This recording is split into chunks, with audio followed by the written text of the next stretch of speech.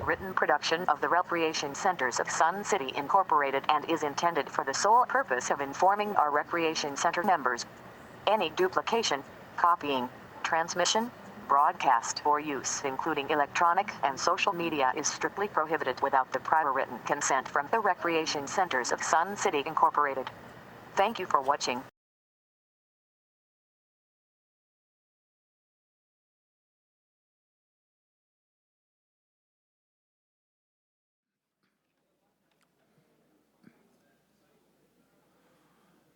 Okay, let's go ahead and get started. Thank you guys for coming. We certainly appreciate it. We appreciate you guys trying to get the message out to get as many people in here as possible. Hopefully we didn't interfere with your holiday shopping today, so make sure you guys get that done. So if you've walked out in your backyards and you've opened your eyes, you can see a lot of the water is now gone, right? So we've pumped about 30 million gallons over the last 6 or 7 weeks. So it was, I consider that successful given the amount of rain that we received. And so we're ready to roll. You've seen some equipment in there, and you know, we're getting ready to go. So with that, I am going to pass it off to PAI and Corey, and he's going to give you some scheduling information, some pictures of what to expect, and then we'll open up the Q&A. All right. Good afternoon. Thanks for having us back. So we're a little bit behind where we'd like to be. And so we have, we've got the good news, the bad news, all the rest of that stuff. But we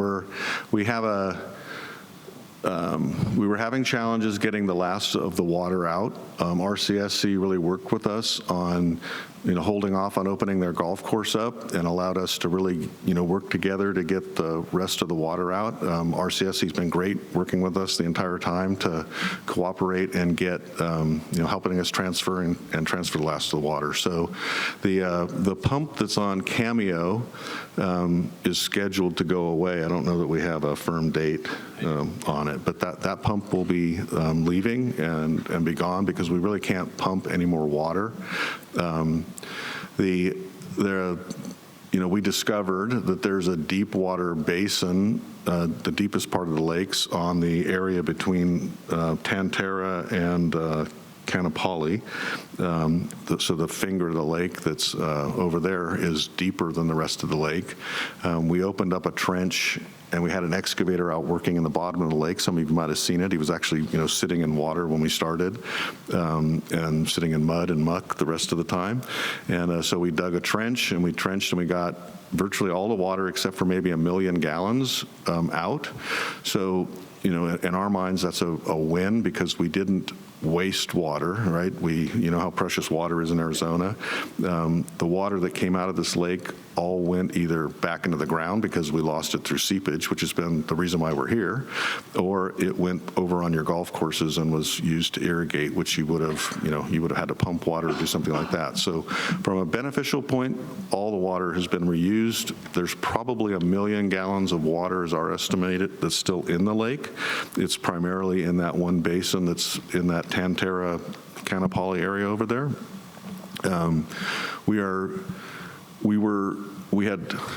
We had not dug holes through the liner on purpose in the bottom because we wanted to try to save get the water back to the golf course.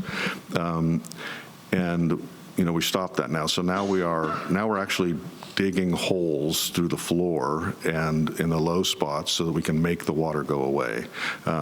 Because we need to get rid of the water. We've only had excavator on site and out working right now because there's always a trade-off on how you get rid of the sludge that's on the lake bottom. The sludge is, sometimes it's too wet to handle, and when it's too wet to handle, the only way to get rid of it is with a big vacuum truck that basically sucks it out. The problem with that is it costs considerably more money to dispose of that type of material than it does to dispose of dry disposal. And so The reason why we've been going at it relatively slow as we get started right now is because we've made the determination a week or so ago that this material just isn't, we don't need the Vector truck. We don't have to, pull it out that way. But we're going to have to suffer through another little period of time with it to let it kind of dry up. So our goal, in our contract is to make sure we bring this project in within a budget, and we want to be under that budget. And so we are concerned about cost, and so that sludge versus haul-off decision is the type of decisions that we have to be making as we go. And so the rain event, for example, that happened a week or so ago, when that happened, most of the bottom of the lake was exposed. And so that's the worst possible time it could have rained on us, because we need the sludge to dry up, and now you just put a ½ inch of water over the top of the sludge, and that now we have to get that out. So a one-day rain event probably cost us, a week or 2 weeks worth of time in that difference of that sludge, because we have to get the moisture out. The landfill will not accept the sludge if it has too much moisture in it. We can't load it in the back of a truck and have it go on the highway and have water dripping out of the truck. We'll get pulled over and fined, and all kinds of bad things will happen to us. So, we have to manage, that. Next week, we're planning on having a dozer in the bottom. The dozer will start pushing up the piles of the sludge to help it dry up. It's really starting to dry up. There's a lot of material that we could probably truck out today. The challenge for us is when we start a trucking operation, you have to be able to cycle the trucks, so you can't back the trucks down and then drive them out. They'll be running into each other as they're on the ramp. We have to be able to bring them in, turn them around on the bottom, and drive them out. And there's just no room to do that right now because there's wet sludge all over the place.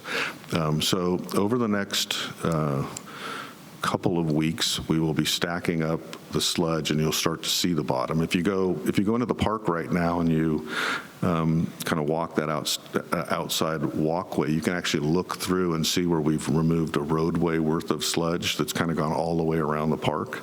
It's 30 feet wide right now, and you can actually see the lake bottom. The liner's been removed, and you can see the floor of the lake. So that's where the lake sits right now. We found a couple of storm drains that surprised us that come out off the street. They weren't on the record drawings. They weren't on the report that was done. There were only 3 storm drains identified on the report, and I think we now have 8 or something like that. They're not a problem. We just have to deal with them. There's something we weren't aware of. We did find the boat, or whoever the boat is, if the boat's in the room, or we didn't find it. We see the boat. You guys sent us the info on it, so we will retrieve that boat when the time's right. It'll be in the next week or 2 probably. And the only other kind of observation that we have right now is we believe that there are a couple of lots that probably have some irrigation-related issues, because we're seeing moisture coming through the concrete bank into the lake. When we pull the concrete off, if that happens to be your yard, and we start to notice that we're having moisture coming through the side of the slope, we'll probably talk to you about that, because we'll want to help you figure out where your irrigation problem is in your irrigation system, because for us, as we build the lake, we can't have the bank, collapsing or whatever. So it's hard to know. You have to be there when your irrigation system's on versus when it's not on. But right now we do see some moisture coming through. So we have a suspicion that there may be some challenges with that in a couple areas. Really no dock issues. Once we see now that we can see the underside of all the docks are kind of for the most part, what we expected. We don't see any. I don't think we see anything worse than we thought. I think most in general, the docks are what we thought they were. Because again, for us, until we get in the lake and until we can start to see some of these things until we start to pull it apart, we don't know the full extent. There always can be some form of a hidden surprise. But it seems like it's pretty straightforward. On the fish habitat stuff, that was the other thing that nobody really could explain to us what was out there. It's made up of 2 or 3 different things. We will salvage and reuse the tires in the fish habitat, unless you want them to go away. But right now, our plan would be to salvage and reuse the tires. We will salvage and reuse the corrugated pipe that somebody has interlaced them with something through the middle, but those are sturdy enough that we can pick them up, handle them a couple of times, put them back together. The little rectangular cages are not going to survive. Just kind of picking them up, they start falling apart. Pretty much all the other stuff falls apart as we touch it. So anything that's falling apart when we pick it up, it's going to go in a trash can and going to go away. We've started a couple of tree removals mostly near the ramp area of 105th Avenue. We haven't really got out into I don't think we've done any homeowner lots. We've only done the park and the commercial center. We've pulled most of those trees down that have to come out.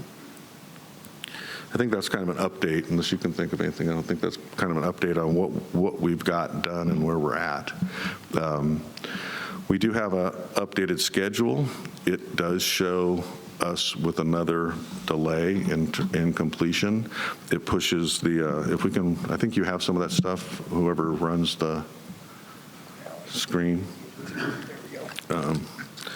And if you can put it on, page 2 is kind of the operative. It looks like that's demolition and grading. Yeah, we've got the right one up there.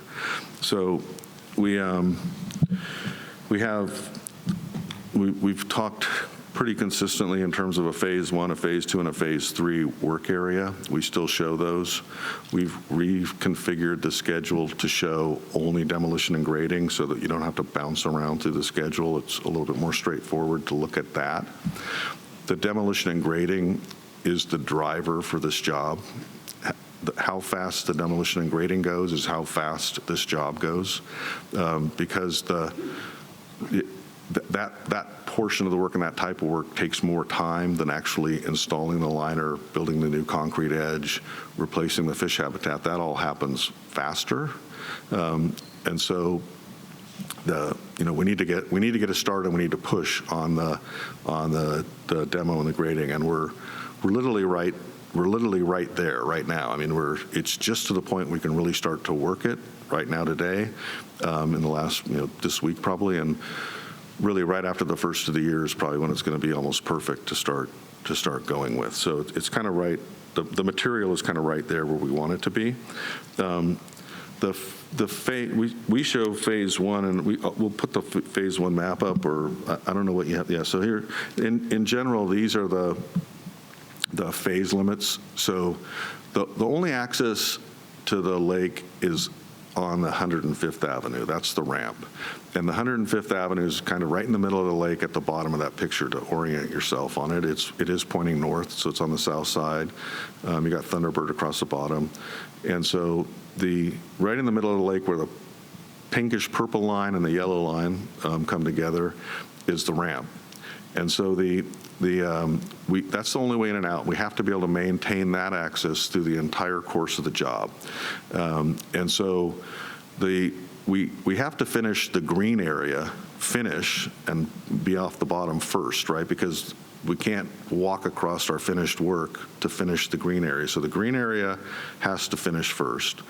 And the yellow area is the material that's the driest in the lake. So from a sludge demo kind of removal area, the yellow area is going to go first. It basically is all around the park, in front of the Viewpoint clubhouse, and along, Buccaneer Way up to Emerald Point, and then it'll be half of Emerald Point. That yellow line is also roughly 1/3 of the shoreline, approximately 1/3 of the 10,000 feet is that yellow line. And so that's our focus on getting the sludge out and getting the demo work done, is now that yellow area. And then right behind it would be the green area, which is the Cameo kind of basin all the way up to Cameo. You guys know the streets. You got Emerald and Buccaneer, and then a portion of Bayside, West Bayside right there.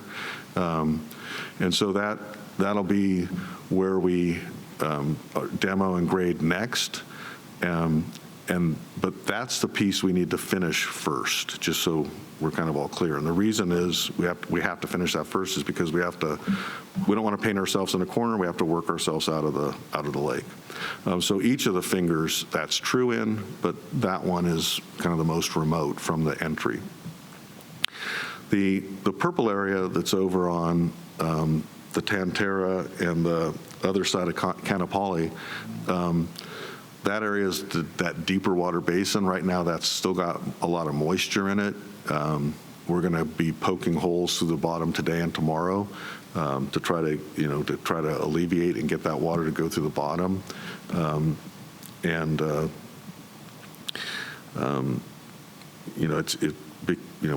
We can only work in so many areas at one time. It's going to be last. Is kind of the way we have it cycled. So, time frame wise, the demo is kind of between now and mid-February for that yellow area, and in the green area, it starts in mid-January and runs through the end of March. And then the phase 3 work area on the demo grading starts the 1st of March and goes through May. And there will be activity that'll be in that phase 3. It's not like there's not going to be anything happening in there. We want to get rid of sludge. We want to get rid of it as fast as we can, but we have to, it just has to get organized in terms of stacked up, piled, dry enough, and then we have to get the trucks, we have to schedule the trucks, and we have to be able to cycle them in and out. So as fast as we can get rid of sludge, we will. And as fast as we can grade and rebuild the lake edge, we will. We just have to be efficient at it as we work through, efficient and methodical at it in terms of how we work through it. So that's where those demo and other pieces are at. On completion, if you can go back to the schedule and go to the third page. I don't know if you guys can see the schedule on the monitors or not. But on the third page, of the last page of our schedule, we have the liner in the phase 1 area not starting in May, and it basically takes a month to finish that area. It takes another month to finish the phase 2 area. So by mid-May, those two portions of the lake would be done. And then we have completion of the phase 3 area by June 21 is where we show completion of phase 3. We show starting and filling the lake 6/22 and complete filling the lake on August 2nd. And then there's some other just kind of punch out completion items. We have to do some static water test, confirm that we did what we got paid to do, which is that the lake holds water. There's the removal of the temporary irrigation system over at the golf course and that kind of stuff that happens. But total completion by mid to late August is what we're showing right now. So Corey, help me out. So when we started the whole process, we were somewhere in July completion, yeah. Right? So we're about 4 to 5 weeks? I think we're probably 6 weeks behind. 6 weeks. 6 weeks. Okay. So just to talk to that a little bit, my prior life, I ran project management, and I can honestly say that there probably isn't one project that ever completed on the exact day that we said we were going to complete it. And none of this is any one person or event that I could point to.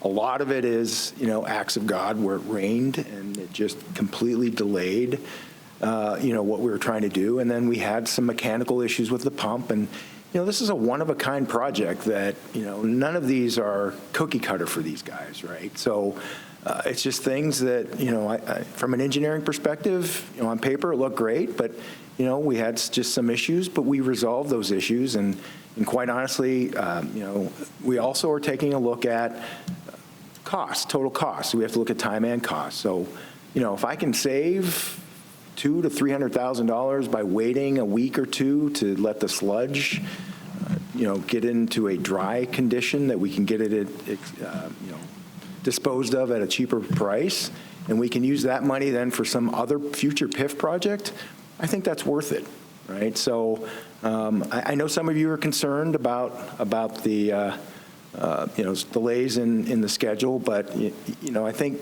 overall on a project like this, I'm not that disappointed, to be honest with you, considering everything that's been going on. So I think you kind of hit the nail on the head in terms of delays. We had, everybody knows we have monsoon rains and whatever, and this particular year, I think we got more rain than we normally do, and we got it, in our schedule life, kind of at the worst possible time. And so that was the first push on it. And then the pump, we did have, that we have to take the responsibility for that. We had problems getting the pump to run reliably overnight, and it's just a sequencing thing between, we're trying to pump all of the water that's coming out of that pump on Cameo, which is 2,000 gallons a minute. So it's a bunch of water, and we're trying to pump it into a 8-foot diameter standpipe that's 20-something feet deep. Well, the whole tank only holds, I think it only holds 6,000 gallons of water, and we're trying to put 2,000 gallons a minute in it at the same time that the irrigation station is trying to pull 2,600 gallons a minute or 2,000 gallons a minute out. And so it's a touchy operation to be able to tie our temporary pump that's sitting on Cameo with the pump that's sitting over on the golf course so that we can reliably pump that water. And we struggled with it because the float mechanism that was trying to tie the two together kept getting hung up and wrapped around the equipment inside the pump station because of the turbulence and because of what was happening in there. So it took 2 or 3 weeks of it would run reliably for a couple of days, then it would stop, and then we'd have to try to get the guys out. And so finally we got them to reply they agreed to reply on a as call basis, whatever, so that because we just couldn't, we couldn't afford the delay and waiting 2 or 3 days when we'd have one of these hiccups. And that happened 3 times or something like that. That hiccup happened with the operation where it would run for a while and then it would just get fouled up. So, and it wasn't for a lack of effort. These guys and the vendor who put the pump in and our golf folks were here on weekends on call, taking their personal time and coming out here and addressing the issues. So, it was a 24/7 ordeal. So I just want to make sure that, we weren't just sitting back watching it. We were trying to get the water out of there as quickly as possible. We have a couple other pictures I thought it might be interesting to you guys. We don't have to spend a lot of time looking at them. I don't know if you can see them, but so, this is a lake that we worked on in Litchfield Park, and it was a 6-acre lake, and so it's got the same sludge removal going on the bottom, right? So you got a dozer on the bottom. You got this particular project had a loader going. We'll probably have a loader out here too that'll be loading the trucks, and so once we were able to get it out, you've got a dozer moving, and the dozer is what's going to show up on Monday, this is a pile of sludge. It's running down the middle of the lake. It's on the left-hand side of the photo, and then you've got the slope that's coming up to the. You can see the homes on the left side. This particular project, they had built a retaining wall. Somebody had put a retaining wall up in a bunch of people's backyards, and when we showed up, it was leaning about like that, ready to tip over, and so we had to remove that and rebuild that. Is what the purpose of this project was. If you can flip through to maybe the next one. And so we had, in that project, we had to rebuild that slope. So that's what's happening here. We're not, when we go to grade and the grading that we do, we're going to be rebuilding the slope that's right next to your house. So we're going to be working from your property line about 40 feet into the lake, something like that. And that's where the activity is going to be taking place. It's not going to be taking place, what happens out in the lake, on the bottom of the lake, the body of the lake, is just the sludge removal, right? So we have to get the sludge out, because right now you've got sludge that's, variable like this, And then on the bottom of that, you have a liner, and we have to get that liner out. We have to remove that liner. We have to get all this sludge we have to get out because this is all organic matter, and we can't build on top of it. If we put a liner on top of that, you'd have methane gas that would come up underneath of it, and you would have a big whale out in the middle of your lake because the liner would float off the bottom. So we have to get the organic matter out. That's the sludge. We have to get the liner out. And then once we do that, then we can see the bottom. But the grading work is only going to be happening on your, along your lot property line. And we're doing that because right now, when you look across the lake, you've got a big, tall concrete bank, and that's not considered a safe shoreline. And so we're going to be regrading that bank so that we bring the floor of the lake up along the side of the shoreline and establish a new one. And that's what this picture is showing, is an operation of where we're regrading that bank. And so if you can just maybe cycle through the next picture. So that, again, the floor of the lake, it's a little bit different color. If you look at the dirt on the floor of the lake, which is on the right-hand side of the picture, is a little bit different color than the slope is being built as it's going up to the property line. And that's the operation that's going to happen along the back of your lot, is that exact operation right there. And so again, back on the, when I gave you those dates on the different phases that we were going to be doing that grading and demo work in that phase 1 area between now and February 10th, that is the operation that's going to happen, and it's going to affect, 15 or 20 lots, right, that are in that area. That's the lots on the Buccaneer and the lots that are on the south side of Emerald Point are the lots that would have that happening in their backyards. The rest of the property may have activity going on with continued operation with sludge removal, because again, when we can remove sludge, we're going to get sludge out of here. We want it gone as fast as we can get it gone. So it might not follow this exact schedule, because if we can get it to go, we'll make it go. That grading operation is what's going to be, again, by the 10th of February, that phase 1 will be done. And then after that phase 2, which is going to be the north side of Emerald Point, up North Buccaneer Way to Cameo, and then West Bayside down to Canapali Point, the same operation will be on. All of those lots will be affected by this operation. And that's going to be equipment operating right outside your property, and it's going to be that large dozer, it's going to be an excavator, it's going to be that dozer, all that stuff's going to be working. There's going to be a water truck, and so that equipment's going to be cycling around in the lake, and you guys know that stuff makes noise, so it's going to be making noise. It's going to be making noise all day long.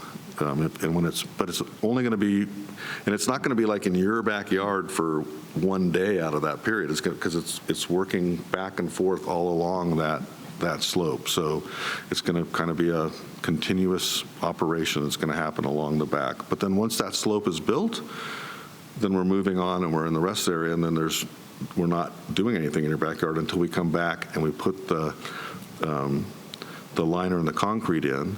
When we do liner, the liner is one operation. As we stake and get the shoreline ready, we will, we will then get it ready for concrete. When we place concrete, we generally do somewhere in the range of 80 to 120 cubic yards of concrete a day. That's roughly 8 to 12 concrete trucks a day, something like that. And it generally will cover about 500 feet of shoreline. So about 500 feet of shoreline will be concreted in one day. We have 10,000 feet of shoreline to get around the entire lake. So it takes us, there's 20 days of concrete pumping when we do the concrete work. So that operation will go pretty quickly across your yard when we're concrete pumping, because we're literally going to be going, when we do 500 feet, we're going to be doing several lots in a day, and we're not, it's going to go fast across your yard when that happens. I think we had 1 or 2 photos of that. If I thought I put some concrete pumping. If maybe you go to, these are again just building that slope. And then that was, on this job, that's what the shoreline looked like before we placed the concrete. So this job didn't have liner that went all the way to the bottom because this lake was built as a soil-lined lake. And so we were only fixing this tipped over shoreline. But that's the shoreline set up before you put concrete in it. And then this is the concrete crew placing concrete on this job. The concrete truck's on the outside of the lake because that's our preferred installation, and that's 99% of the lakes we build, the concrete truck's on the outside of the lake because we don't have houses on the outside of the lake. Generally, we build lakes before, but on a redo job like we're doing here, the concrete truck's going to be on the floor of the lake. That's why we need to leave that ramp open. That's why we have to be able to drive all the way to the far end of the lake, because we have to drive a concrete truck all the way to the far end of the lake. So the concrete truck's going to be sitting on the bottom of the lake, and the liner's only going to be on the shoreline. And then after all the concrete work is done, we will tie the liner together across the bottom of the lake. That's how the work is sequenced. There might be one more photo of, yeah, so this is a kind of a more close-up picture of there's generally 6 to 8 guys that are on a concrete crew. One guy holding the hose, which is a concrete pump, delivering the concrete, and then the other guy's keeping the hose out of his way and finishing the concrete and putting in, on this job, we have some construction joints we have to tool in and some other finish work we have to do as we finish it. But that's behind it, you can see the liner all across the lake. At some point during this job, that's what the bottom of your lake will look like. It'll have liner all the way across the lake like that before we start putting the water back in. I think that's the last picture. I don't believe there was anything else. So I think what we wanted to accomplish is just tell you what we've done, take a look at the schedule, and then really kind of give you guys pictures of what to expect so that you kind of have a good idea of what's coming down the pipe. So with that, I will open up the floor to questions, and I would like to have the homeowners start, and then anybody else can ask questions after that. Can I bring up 2 things real quick? In the next week to 2 weeks, you're going to see a survey crew that's going to be setting some control elevation points around the lake. So they might be in your backyard, but it'll be very brief. And also, we're going to be putting some 12 by 12 numbers in your yard that identifies your lot to us. So if you see those going up, don't be alarmed. They're there for a good purpose, okay? That's it. Okay, yep. Pamela Herrick from Bayside. I was just wondering, I'm asthmatic, and I'm a little bit worried about when you start creating the dirt. And I know on construction sites, they use the water to kind of calm it down. Are you going to stay really on top of that, or do I need to move? We're going to stay very much on top of it. We can get a huge fine if we don't. Mm-hmm. And I did want to ask another question. I know you've had trouble with the rain so far. What's going to happen when you say finish phase 1 and it rains? Are you going to have to redo all of that, or how does that work? And I'll sit down. Well, so rain, this project is problematic from a rain point of view because there are let's call them the 8 storm drains that come into the lake. So not only do we get the rain that falls on the lake, but we get off of the street, there's about 8 locations where water comes at us concentrated, where it flows out of a pipe. And so in those areas, when we build the slope and we have the liner on it and we put the concrete back on top, we're exposed to damage after we get that all set up and we have ready for liner. And so we don't want to put the liner on the slope until we're ready to put the concrete on the slope. And then once we have the concrete, then we're done. And once we go past that storm drain pipe, we're done. And then if it rains, there's no problem on the work that's on that slope. That would be protected by the liner to stop any erosion, because what the damage that will happen to us is there'll be erosion of the slope. If it rains on areas that we haven't protected yet, we have to fix those, so that we have to drop back, and that's rework that we have to do. We know we're going to have water on the floor of this lake during construction. The floor of the lake is not going to have liner on it. It's going to be open so we can drive the concrete truck and get up to it. So the floor of the lake will be, when it rains, because it's open, what we've noticed is this ground takes water really well when it gets to it.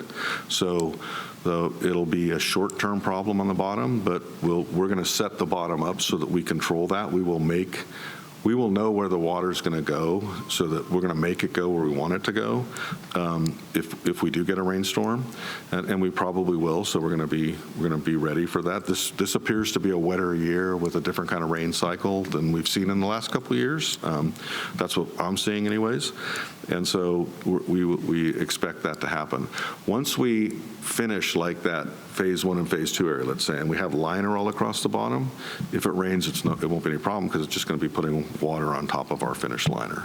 So there is a potential that we have to go back and fix erosion damage. Come on up. I'm John Herrick, and I live with this young lady. What are your hours of operation for the construction teams going forward? Right now, it'll be 7 to 2 or 3, just depends, but we won't go much over that. How many days a week? 5.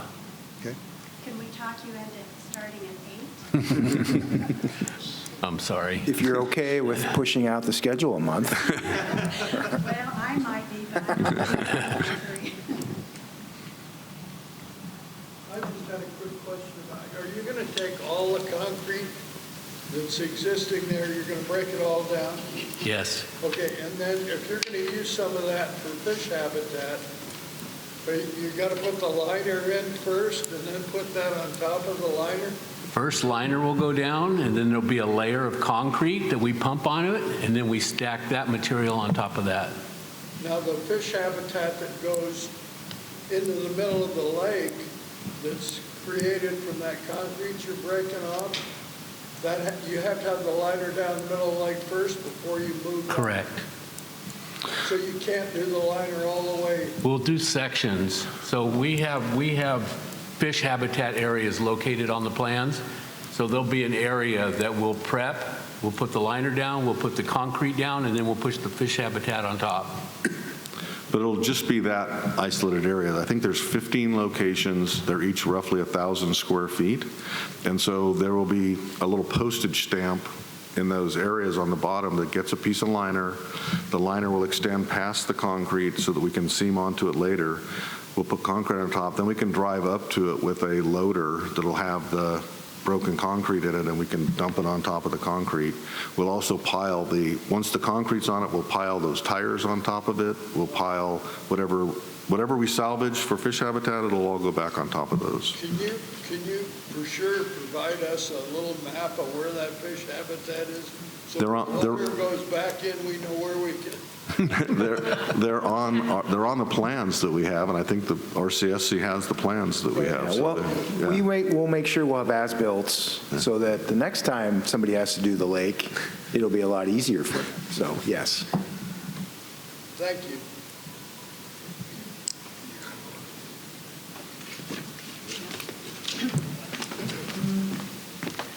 I'm Beverly Simons, 24961, and my comment really is for the rec center, that I want to pay recognition to 2 of your employees, Barry and his coworker, that on, I believe it was a Saturday, December the 3rd, they were out there rescuing turtles in a box.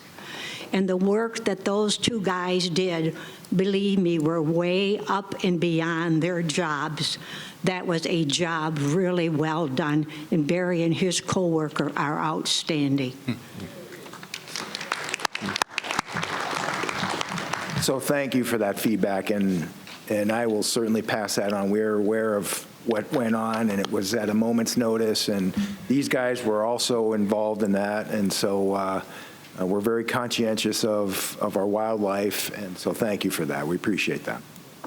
Yeah, I'm Dave Simons, and when they stenciled the number 80 on our property over here, you had mentioned that they were going to come over there after the 1st of December to lift up my floating dock. Is that still on the schedule? Yes. Do we have a time frame? No, I need to get that water out of that cove so I can get my tractor in there. I'm not in that. Oh, you're not in that cove? I'm not in that cove. It's perfectly dry where I am. We'll get it, and then before the end of the year, I'll get that dock lifted out of there. Okay, thank you. You bet.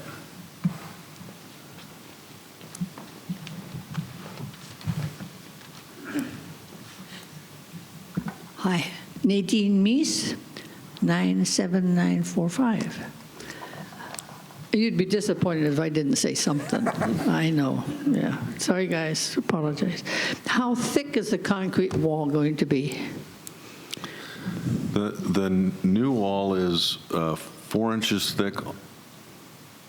4 inches thick all the way through. 4 inches thick on the vertical, and on the top slab, you have that. It'll look similar to what you have right now. You have that top piece that's roughly a foot wide, let's call it. So that piece will be 4 inches thick. The piece that drops down, the 2 foot or 3 foot, I guess it is 4 inches thick. There's a keyway that is. I think it's bigger, but it's 8 inch by 8 inch. I think it's 8 by 10 inch here, but whatever size it is. I don't have the plan with me, I'm sorry. And then the shelf is 3 inches thick. Okay, thank you. Thank you. Lon, you told me that before, but I wanted the public to know that. My dad was an engineer, and I'm a frustrated engineer, so I ask kind of dumb questions. Has all the lining been delivered? Yes. Lining is all here? Yes. Yeah, that's fun to watch. To seal each section of the lining, do you use overlap or do you use heat to seal the two pieces We together? overlap and then use heat. Both? Yes. Okay. The liner is manufactured in 7 foot wide segments. We buy it from a fabricator that takes those 7 foot wide panels, and they, in a warehouse, fuse weld those together, so it's under a controlled condition. They deliver that to us in a rolled, in a big roll. It's got a hole through the middle, like a cardboard roller. We stick a pipe through there so we can unroll it, and we pull it off like we toilet paper, and we roll it out, and then we unfold it, and it ends up being 70 feet wide by 200 feet long or something like that, as one big old piece that we have to move around on the bottom, and those are the pieces that we put the seams together in. So we're field seaming roughly every 70 feet, and we do that with a fusion welder, and they're thermoplastically welded together so that it's one continuous sheet after we get done. The difference between their welds and our welds is we're doing them in the dirt where you've got moisture, you've got dust conditions, and the other thing, they didn't have those in the warehouse. We air lance test, so we take air under pressure that we run along that entire seam. If there's any hole, the air will go underneath the liner and it'll billow up, so we will know that we have a problem there, and we'll fix it. So we air lance every seam, and then we have a leak location company that comes out. They have a test where they can run a very low electrical current, and they can pinpoint a pinprick size hole in the liner. And they do it with a squeegee. They run a wet squeegee across the surface, and they have this electric current that they're running, and they literally will find, we'll have them out here 3 times or 4 times, I think, because of the way we have the lake broke up. And they'll most likely find 10 or 12 little very small holes that you won't be able to see, and then we'll go and we'll fix them the day that they find them so that we're done with them. And then after we have that, then we can't go back across that piece of the lake. So that's how the sequence works. But so we have it ends up being one continuous sheet after we weld it together. Thanks for explaining that. That's great. That's great. For the homeowners that are concerned about their docks, I want to remind them that it is the deed, the lake has its own deed. The requirements for the docks are in the deed, okay? They tell you how wide it can be, so forget about your elaborate double docks or anything else, okay? It's in the deed, and the deed goes with your property, okay? So you read the deed, it tells you what you have to do with the docks. You're stealing, And the you're lake, stealing Mr. Herring's thunder here. I was going to say, pardon? can you hear me? You're stealing his thunder. We also have a document that we've made a little bit more readable. It's not in the 1969 format of a recorded document, but all of those are a little bit easier to read, and we can provide those to Mary Ann to get out to the homeowners. Yeah. And we still would like a review of the dock plans, whether that be submitted by the homeowner or the contractor that's selected. We still want that to come through and have the Viewpoint Lake Homeowners Board or Management Board review that and approve the docks. So you don't necessarily abide by the deed. The Viewpoint Lake Management Board is 3 people, 1 representative from the homeowners, 2 from the rec center, which you always overvote us anyway, but it should do the process of going through the Viewpoint Lake homeowners. Yeah, and the document that you referenced from 1969 that Del Webb put together had an architectural control committee that was referenced. The Viewpoint Lake Management Board is the successor of that named entity. Yeah, okay. But the homeowners need to know that, too, if they need to read the deed. Yeah, and so I'm glad you brought that up. So just to reiterate what Chris said, so if you're doing your own dock individually with your own contractor, then every dock that's going to get built, any new built dock that's going to get built, has to go through a review process to make sure we're in spec. And then to make it easier, I know that there are some vendors out there that may come in and do 10 docks, if you guys all agree, and you can negotiate whatever you want in terms of what that pricing is. And if that vendor just wants to say, I'm building these 10 docks for these people, and here are the specs, we can just take those specs, and that would cover all 10 of those homes that are using that vendor. So I'm trying to make it easier for you. Okay, thank you. And I will add, so we do, as you know, we're regrading the shoreline so that it's in spec with all of the statutes and the Maricopa County standards, and to make it safer for people if they fall in. And so PAI has come up with a group of kind of regulations with respect to that new grading. And so we're going to have to talk to that down the line. And preferably what we'd like to do is be able to get that into the CCNRs so that, we just don't want to have issues with the wall, and we don't want to have issues going forward with the wall cracking and such. So we just want to make sure that we've got that going forward. So that's something to think about. And as we progress, we'll start sharing that. Maybe the next meeting, we'll share what that means and see what makes sense from making sure that that this wall lasts 30 years like it's supposed to. Okay? Thank you. So, Bill, you mentioned cracks. So we will have cracks in this shoreline. It is a non-structural shoreline. It goes in with some lightly reinforced reinforcement in it, basically so we can place it. But it's not a structural concrete wall.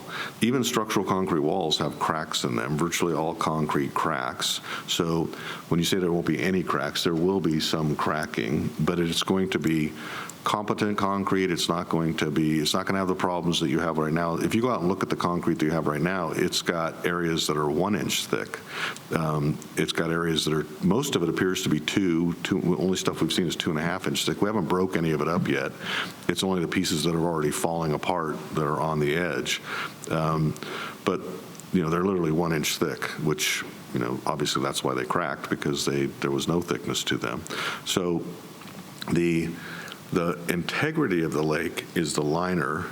The concrete is there to provide a non-erodible surface that's permanent, that can be maintained from you on the outside in your rear yard, and then the lake's not going to erode and move the bank over, and it's going to be, it's going to give you the 50-plus year service life, probably 100-year service life, but it's 50 years plus on the concrete portion of it.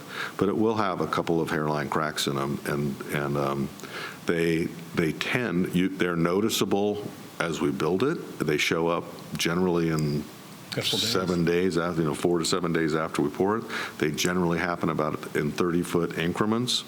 We have score joints that we're going to be putting in this lake at 12 foot on center. And so the reason we put those score joints in is to try to force the crack to happen in that control joint. But the concrete does what it wants to do, and we'll put a score joint in, and we'll find out that most of them crack there, but then all of a sudden one of them will crack 3 feet away from there. So we're going to try to control the cracks, and we're going to try to control them in the control joints, but there may be cracks that show up. Over time, they disappear because they fill in with the dirt and debris that comes with in the rain and all the other stuff, and that material goes into the crack, and you will not notice these cracks a year from now, but you will see them as the shoreline's being built.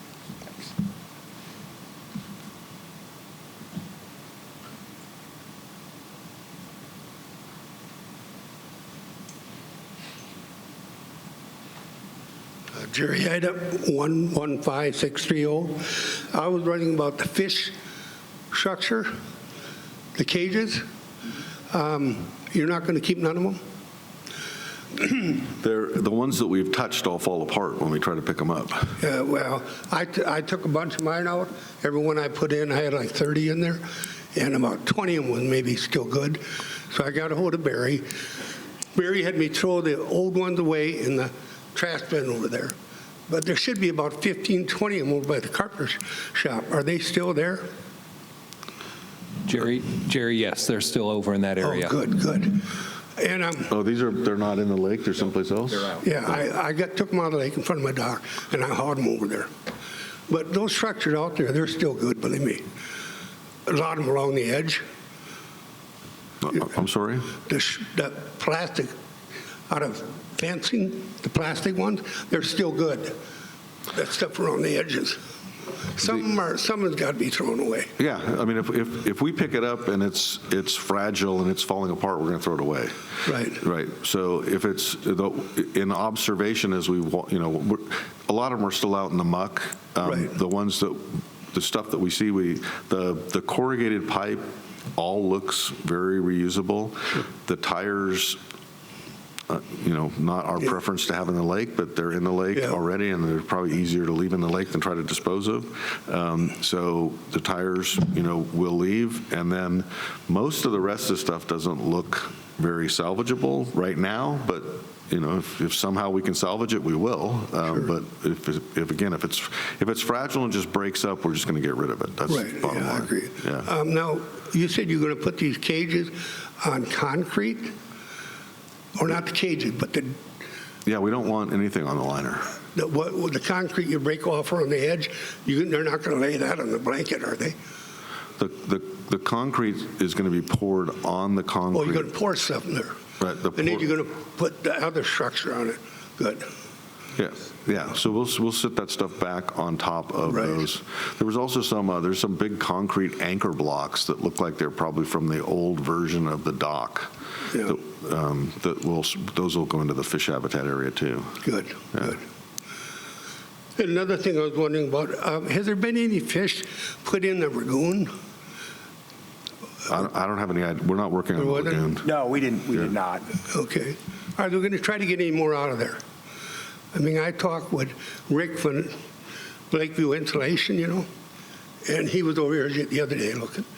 And we still think there's a chance of getting them out of there, taking the backhoe, trenching it, dig down about 20 feet and having the water run into it. The trouble they can't get out there. It's too wet. Are you saying excavating. Excavating it, yeah. I don't think there was no more wildlife in there, right? Didn't we take it all out for the most part? We still have a handful of cranes that are hanging around, so I would imagine that means there's still fish in there. Oh, there's fish in there, yeah. Yeah, and so there's very little water in the lake anymore. There's about 2 or 3 pools down there, and we're still trying to get any fish that we find out. Yeah. Right. Yeah. I was just hoping you could trench way out of there with a backhoe and make a hole where Rick and the guys could get in there and net them out of there. Yeah, that's what we're doing. Yes, we trenched. We put in a several 100-foot-long trench that's 3.5, 4 feet deep that we ran from Tantera Basin all the way over to Cameo. So Right. we trenched all the way through the bottom, and that's how we were able to get rid of, millions of gallons of water that way. But what about the fish? Saving the fish. The fish, we have been in a couple of times removing more fish, and we had them scheduled yesterday. I don't know I don't remember what the issue was with yesterday, but they didn't go get any fish yesterday. They were here. Yeah. But yeah, no, we continue to try to get all the fish out of the lake. Now, where are these fish going? I don't know where the last ones are going. The first, I don't remember where the first ones went either. We trucked them. Yeah, the first one went to Desert Harbor, and first one went to Desert Harbor, where nobody could fish them unless you lived there. The latest ones, if there are any pulled out, go to hole 17. That hole 17, I went over and checked it out. It's only about 3 feet deep of water. There's a lot bigger pond than that. And the fish are dying and anything there. The only thing left in there is the grass carp and the common carp. I don't see why we can't put them in the lagoon. And put fish in there, open the gate when we get water in there and help supply the lake. Well, with the lagoon, this is a trial and error. We're hoping to keep the lagoons running, and we need to use now EPCOR water to do that. But I would hate to put fish in there and then the lagoons fail for whatever reason, and then we lose the fish. Yeah. So I'd rather have them placed in an area where we know that they have a very high likelihood of survival. Yeah. And Marty over at Youngtown Lake, they'll take them. The guy that takes care of Youngtown. Yeah, we got it covered. I think we got the disposal spots all set up, so we're good. Right. Yeah. Okay. I appreciate your desire to keep the fish, and it's our desire to get that lake back and fishable as soon as possible. So that's our goal. And if we can save some money, with this whole project, maybe we'll have a little bit more to restock. So that's something we'll look at. Good afternoon. My name is Larry Klein. I thought I'd try to add a little information to what Jerry talked about in fish structure. But before I do that, I would like to commend the RCSC management and the RCSC board for selecting Aquascape to do this project. We could be in a whole different situation if we didn't have you people and the professional approach that you take and the communication that you're involved with. It's just great to see this kind of thing go on and do what you're doing. I think from the landowners, they have a lot of respect for how you're doing it and what's happening.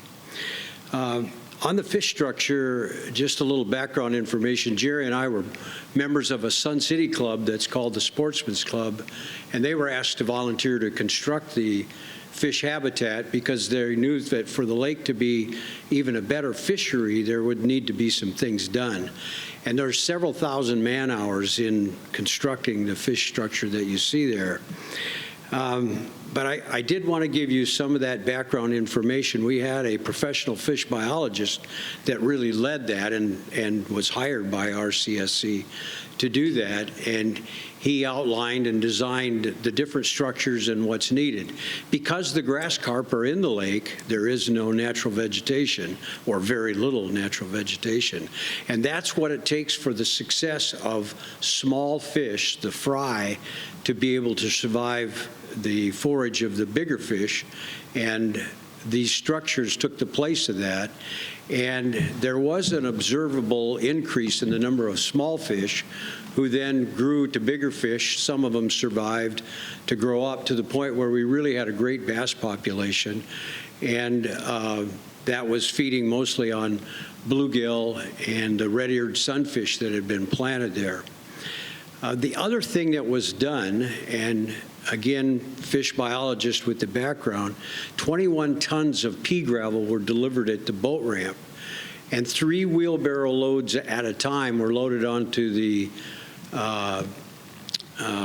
boats that RCSC handled with a piece of plywood across the front, and then those were taken in kind of a very unbalanced way out into the shoreline, and they had 2 pipes on those pieces of plywood. When the driver of the boat got to the location, which again, probably 10 feet, 6 to 10 feet off the shoreline, they'd pick up the pipe and tip the whole load of pea gravel down. And there would be maybe 5 or 6 loads that would be put there. The background of that is that there's a 30% hatch rate of the fish eggs if there is no pea gravel, and it jumps above 50% if they can lay their eggs on pea gravel. So I share that with you, that there may be a place for looking at increasing the hatchability of the fish eggs that are laid in the future. Talk briefly about the fact that that lake is open to all Sun City residents, and we have a lot of people who are residents that fish that lake, and we have a lot of people who have grandkids that come. There's nothing more disappointing than to have your grandkids go to the lake to go fishing and not catch any fish. So anything that we can do to make it so it's better for the kids, I think we want to look ahead to that. Back to the structures that the sportsmen did, the biologist had names for each of them. I only remember 2. Those long pipes that are stuffed full of things, like more plastic snow fence is what I call that. Those are called catfish condos. The ones that are just in a round cylindrical shape that are basically made out of what I call plastic snow fence are called fingerling fortress. And again, it's all designed to protect those small fish from both the predatory birds and the predatory fish. And the survivability then really increased, and we had a lot better fish. Not that they didn't get eaten, many of them still, but they were bigger and provided a base. So when you look at the cycle that you need to have the zooplankton and then the baby fish feed on that. Baby fish get bigger and then the other fish feed on that. I think I've heard that you've involved with some fishery biologists, but I'm not sure of that. But the time to be able to make the best case for improving the fishing down the road is when the lake is under construction like it is now. And I do understand that that habitat that's going to come from the wall is going to be considerable. It's great. But the part that may not get the attention that it needs, depending on how much good is left in those other habitats, is that habitat that's closer to shore, that where the baby fish hide. You'll find that the larger fish will be hanging around those rocks or the cement piles that are made there. Both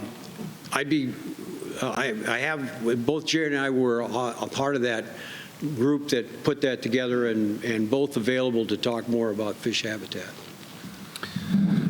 Larry, I would say, Larry, thank you for that. I do have Eric's report and all the identification of the different habitats. So that is the rest of the names you know. Yeah. Do you know them by heart? You can share with us? But catfish condo was one that you can't forget that one. No, the alliteration really made him memorable. It made it work. Yeah.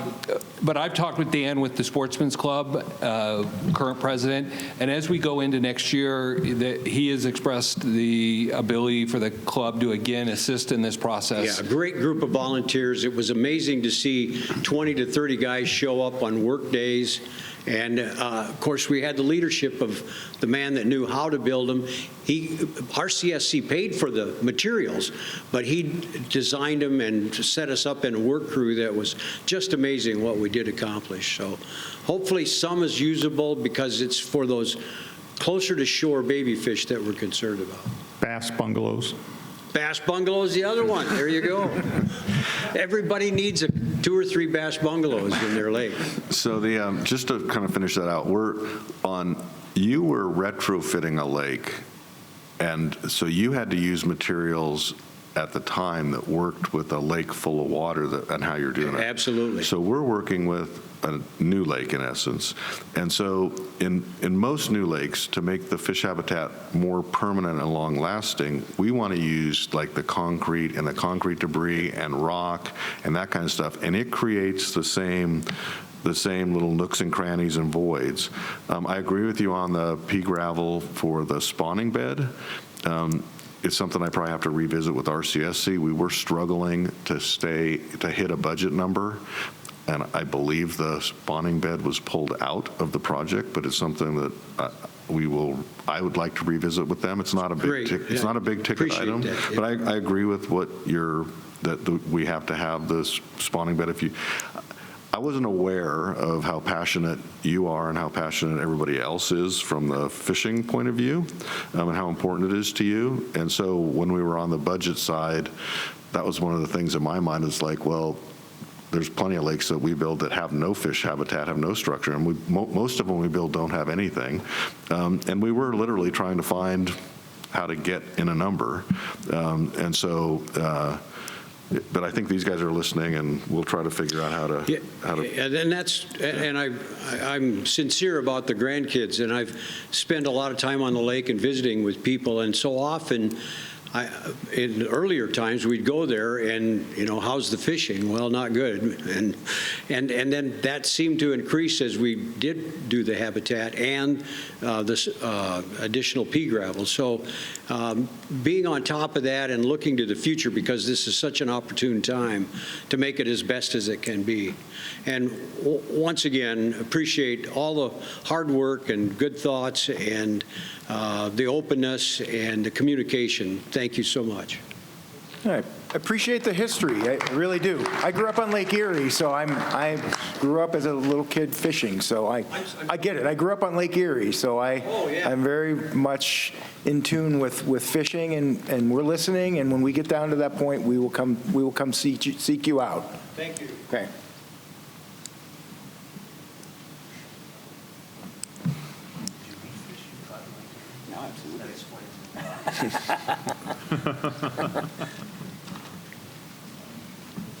Mine is kind of a dumb question because I know you probably talked about this when you did the contract. It's about the fountains.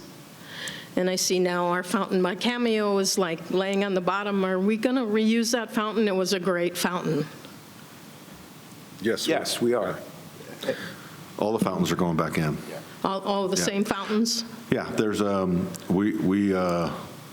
some of the units we've removed and we're storing, and I don't know why that one. We couldn't get to them.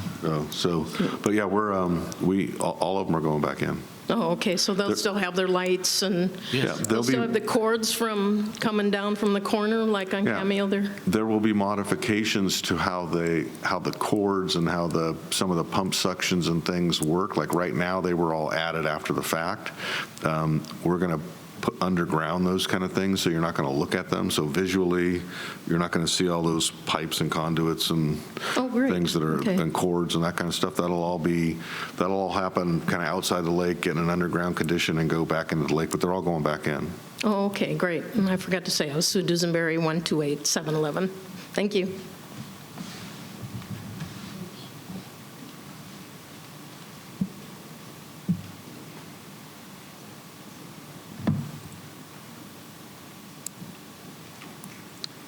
I'm Dave McKay. I live on Buccaneer Way.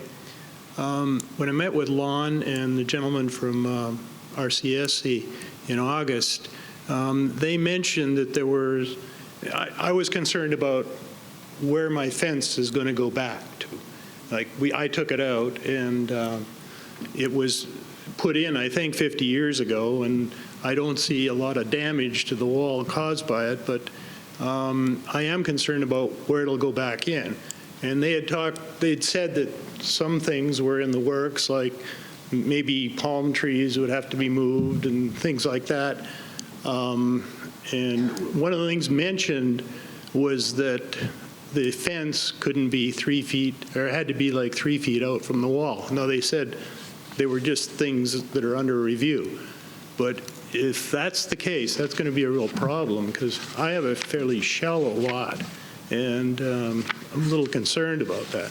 Right now, my fence was literally, it was inside my property line by about a foot, but it was about mid-wall where the cap is.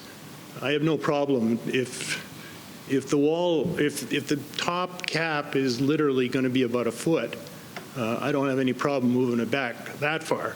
But if it's That top, the new top cap isn't going to be as wide as the old one. okay. So, yeah, there's going to be some room to make up there. So as long as I could put it in right behind the cap, I think we'd be fine. But I think we're. What did we say, the envelope?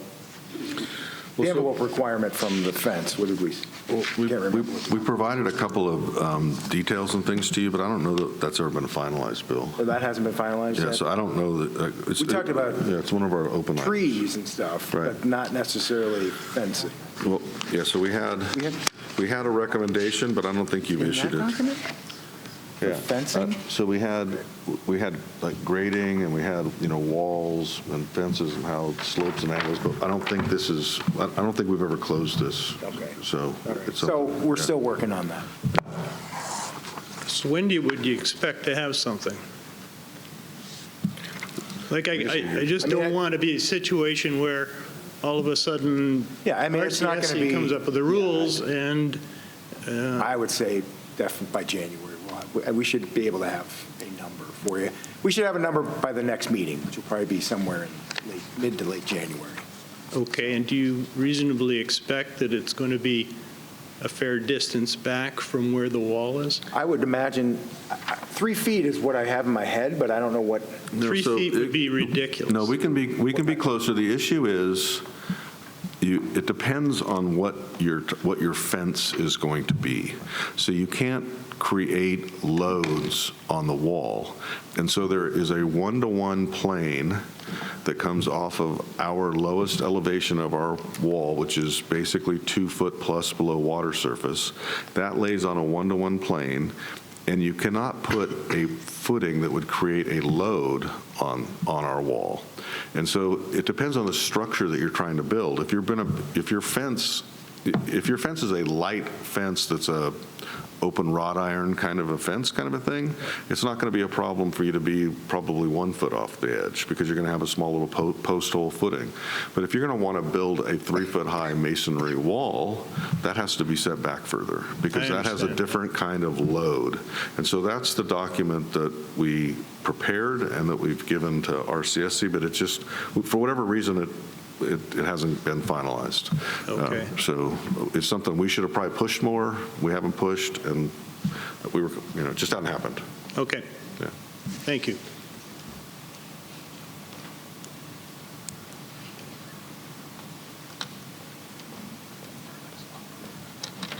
Hi, I'm Marianne Heinrich, and at the last meeting, there was a comment made about homeowners getting your view of what's going to happen on their property versus what we had discussed at our meetings. Has that gone anywhere? No, we owe that too. Yeah. So that's something that's still to come. Yeah. There's probably going to be more. Some properties have different issues than others. Correct. And other issues may come up as we go, kind of thing. And just like we mentioned today, I don't know if you were here, but we have a sense that there's some water issues coming off of some lots, kind of thing. So, that's stuff we weren't aware of, and it might be something we have to talk to you about. And we're open to talk to you about any of the issues. Like if you've thought about what we talked about before and you have a different opinion, or you want to revisit something, we're happy to talk about all of that stuff. What causes us problems, and we'd prefer to avoid, is we don't want to be there doing the work or have done the work and then come back and have you not happy, or have you, it be a problem for you, or not be what you thought was going to happen. We don't want to end up in that situation. So we would like to avoid that. And so anything we can do to clarify what your questions are and make sure that we're satisfied, we're open to talk about it. And I think the comment that was brought up was you have a list. I think we were talking about it. You have a spreadsheet that says this is what's going to happen at this property. Yes. And to get that information to the homeowner so that we both understand what you think is going to happen versus what we think is going to happen. Yeah, I think I probably dropped the ball on that because I actually have the list. No, I think it was RCSC that was. I don't think they have the final version of it. We'll both take the hit for this. So Okay. I know you had volunteered to do that, but I don't really want to give you all the information for every homeowner. I don't know if it can be considered confidential or not, but some people may not want that shared. I don't know, but I guess you should ask. Most of the people are here. What she's done, she should get all of the information, but she gives it to us. Right. And she's done an outstanding job. No, I absolutely agree with you 100%. The support we get is phenomenal. And I'm still willing to do that if it makes life easier for everybody, because I think if you wait any further, we're going to get closer to the fact where things are going to be done and people aren't going to be happy. So that offer is still open if that makes your life easier. Okay, so in the interim, that we'll take that back.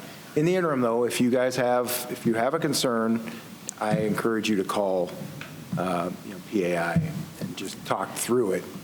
But I think the concern is we don't know what you think is going to happen versus what you talked to us about. Yeah, no, we understand the issues. Okay. Right. We last time we were here, we shared that we have a list, and that our list on your lot says 1, 2, 3 things that we talked about, and it's our notes of what we think we're going to do. Right. You'd like to see that so that you can say yes, check, yes, check, or no, I have a problem with or this no, one. that's not what I remember, and that's not what I talked about. So that's what. Yeah. Do you guys have a website? We do not. Not that's private. So that's why I offered to do the cut and paste into the emails. I'm happy to do that. So it won't go to everyone. Okay. I will literally cut and paste. Property 1 goes to property 1. So, and then I just need. I don't have an issue with that. Does anybody here have an issue with that? Okay. So I'm happy to do that to make everybody's life easier. I will get that spreadsheet. Whatever. Do we have a latest and? I don't think you have our latest and greatest. Yeah. Okay. So as soon as we get that, I'll send that to you. All right. All right. Thank you. My apologies for dropping the ball on that. And at any point, I've gone out and met a second or third time with people. They've brought this up or that, and feel free, call if you want to talk about something. Sure. Yeah. Thank you. You're welcome.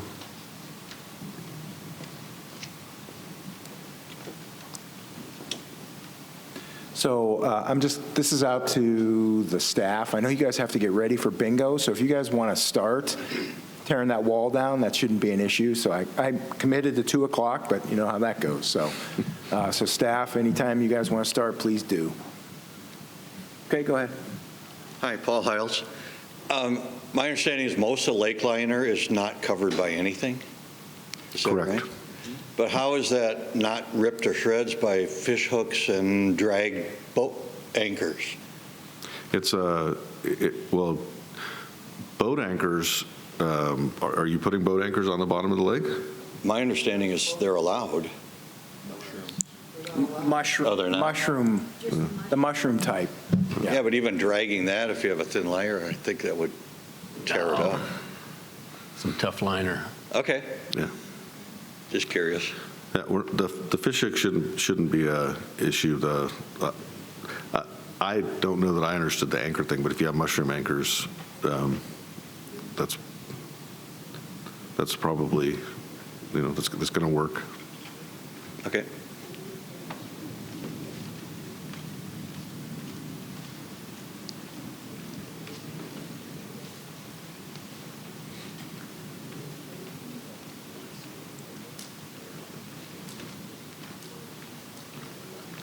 Hi, my name's Alice. Excuse me. My name's Alice Muller. I've waited for the HOA, so I'm not with Lakeside. I'm with another HOA, but I have some questions which concern Sun City as a whole. Prior to retiring, my background is mining, civils, construction, concrete, so I kind of have a bit of working knowledge of some of these things. What I identify as a major problem here, or the major challenge, is getting rid of the silt in the bottom. Question is that contaminated? Is that good quality? Does it drain well? If so, is there a way of stockpiling that locally and being used? For instance, my condo association, we still have green space, but my understanding is more and more of Sun City is going to go to desert type landscaping, which means ripping and bringing in new fill. So the question is, could that be, to me, that would fulfill two things, would make disposal a lot quicker, and if it's a little bit wet, it probably wouldn't matter being transported in Sun City. I realize that, haven't done any math and working out the cubic feet will be a very large footage and a big stockpile, but if they were stockpiled around some of the golf courses, and then I'm not sure, I don't play golf, do they still use topsoil on golf courses? Is there maybe a way of utilizing that all, of course, goes back to the quality of the silt and the muck that you're taking out? So it has been tested. It doesn't appear to have any hazardous waste type contaminants in them. The tests that we've done, it's been sampled in, I don't know, half a dozen locations, whatever it was. Two companies. Yeah, by a couple different companies, and it has a lot of organic, matter in it. It has a lot of shells and shell type material inside of it. There's a lot of what appears to be bentonite material that was used on a prior repair along the shoreline edge that is all clumped up into big clumps and balls.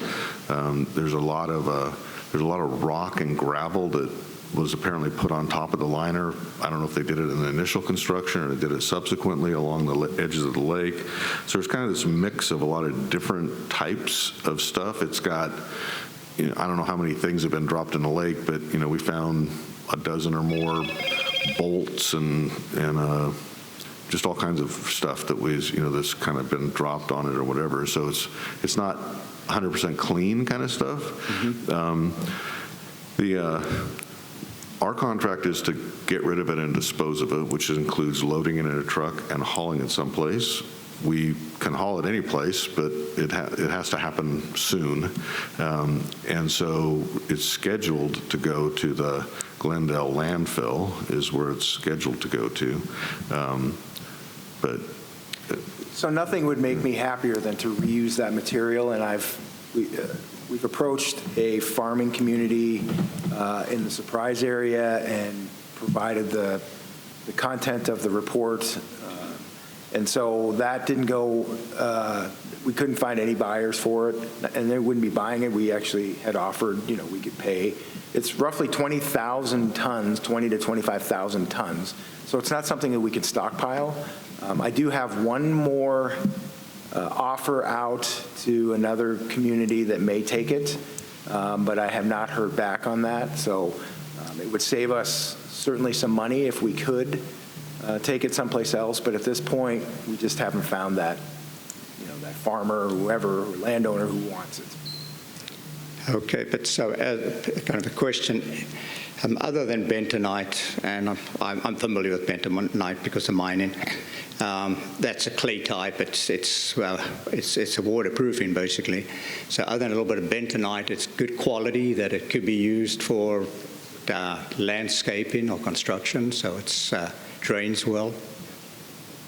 I don't know about the landscaping value of it. I think it would be great to put it on a farm for the organic value. They could till it into the current, whatever their current land is, but I couldn't tell you what the value of, from a landscaping perspective, and nor would I want to sit here and say that it is valuable from a landscaping perspective, and then they take it and then it becomes something that's not usable. So.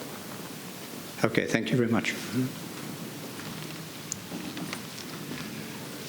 Dave Benson, 149943, same issue, but when he brought it up, it hit me. The landscaper that came by our place asked the question, what you going to do with that stuff on the bottom?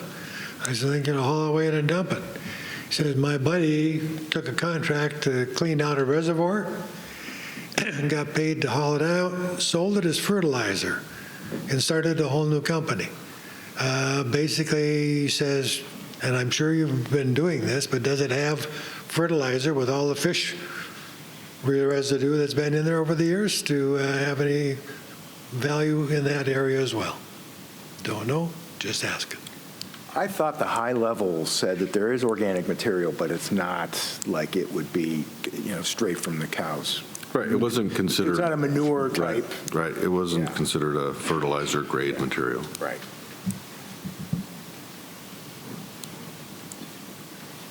Okay, hey, good questions and great discussion. We appreciate the history and all that you guys have to say.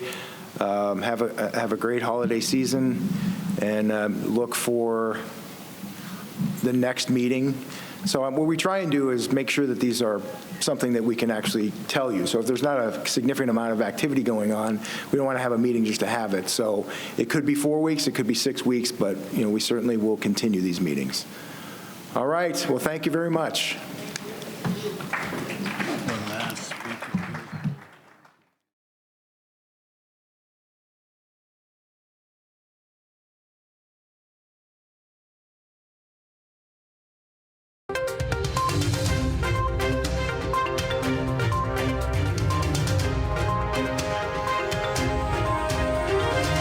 This is a copyrighted production of the Recreation Centers of Sun City Incorporated and is intended for the sole purpose of informing our Recreation Center members. Any duplication, copying, transmission, broadcast, or use, including electronic and social media, is strictly prohibited without the prior written consent from the Recreation Centers of Sun City Incorporated. Thank you for watching.